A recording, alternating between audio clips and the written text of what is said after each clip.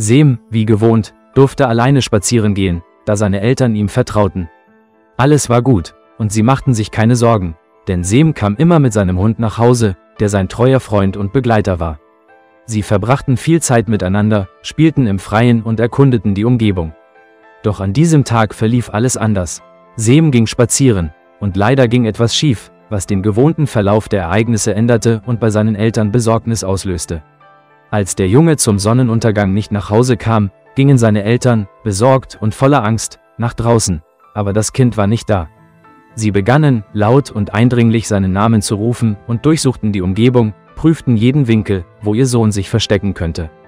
Doch Sem tauchte nirgends auf, und mit jeder Minute wuchs ihre Besorgnis.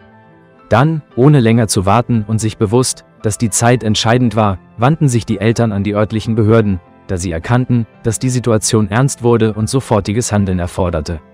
Am nächsten Morgen durchsuchten etwa 100 Rettungskräfte, darunter Freiwillige und Mitarbeiter des Rettungsdienstes, das Gebiet rund um das Haus, das mehr als 8 Quadratkilometer groß war, unter Einsatz spezieller Technologien und Ausrüstungen zur Suche.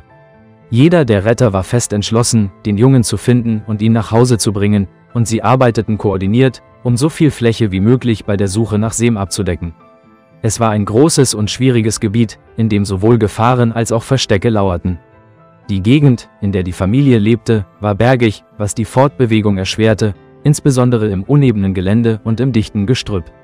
Als es zu regnen begann, wurde alles noch schlimmer, und die Sicht wurde schlechter, was die Suche zusätzlich erschwerte. Es wurde viel schwieriger, das Kind unversehrt zu finden, und die Sorge der Eltern wuchs, als sie daran dachten, dass die Zeit verging. Glücklicherweise wurde der Junge etwa 22 Stunden nach Beginn der Suche gefunden, als die Hoffnung bereits zu schwinden begann, mehr als 2 Kilometer vom Zuhause entfernt, an einem Ort, der für die Retter schwer zugänglich war. Aber der Junge war nicht allein.